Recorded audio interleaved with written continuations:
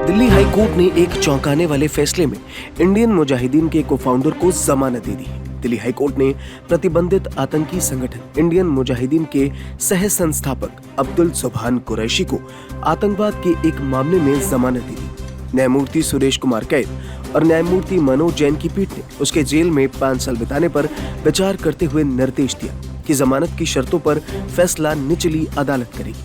पीठ ने कहा, यदि निचली अदालत की ओर से तय की गई किसी भी शर्त का उल्लंघन होता है या अपीलकर्ता प्रत्यक्ष या परोक्ष रूप से किसी गवाह को धमकाने या प्रभावित करने का प्रयास करता है या मुकदमे देरी करने का प्रयास करता है, तो अभियोजन पक्ष जमानत रद्द कराने की अपील करने के लिए स्वतंत्र है।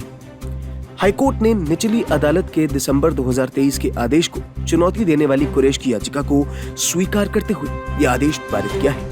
दरअसल निचली अदालत ने गैर कानूनी गतिविधियों रोकथाम अधिनियम यूएपीए मामले में कुरैशी की जमानत याचिका को खारिज कर दिया था। सुभान कुरैशी ने दंड प्रक्रिया संहिता की धारा 436(a) के तहत जमानत याचिका दाखिल की थी, जिसमें कहा गया कि एक विचार अधीन कैदी यूटीपी को निजी मुचलके पर अधिकतम संभावित सजा की अधिक से अधिक सजा काटने पर जमानत मांगने का अधिकार है। कुरैशी के वकील प्रशांत प्रकाश और कौसर खान ने अदालत से उस लंबे समय तक विचार अधीन कैदी के रूप में हिरासत में रहने के आधार पर जमानत देने का आग्रह किया था।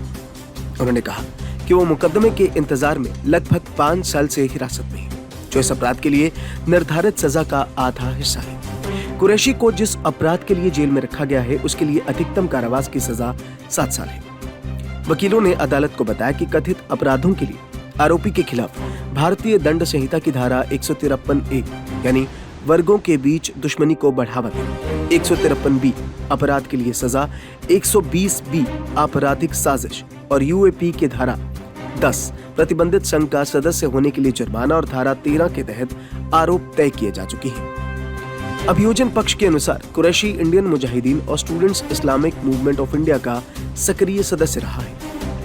उसने बताया कि पुलिस ने वहां छापेमारी कर संगठन के कुछ सदस्यों को मौके से गिरफ्तार कर लिया, जबकि कुरैशी समेत कुछ अन्य लोग वहां से भाग गए। इस दौरान पुलिस ने वहां से कुछ आपत्तिजनक सामान भी बरामद किया था। दिल्ली पुलिस ने इस मामले में कुरैशी को 1 जून 2019 को गिरफ्तार किया था।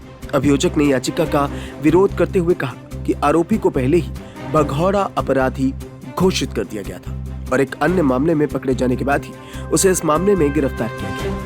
अदालत का कहना था कि महज इसलिए कि आरोपी के खिलाफ आरोप गंभीर प्रकृति के हैं, इसे सीआरपीसी की धारा 436(a) के तहत प्रदान की गई राहत को अस्वीकार करने का एकमात्र आधार नहीं माना जा सकता है।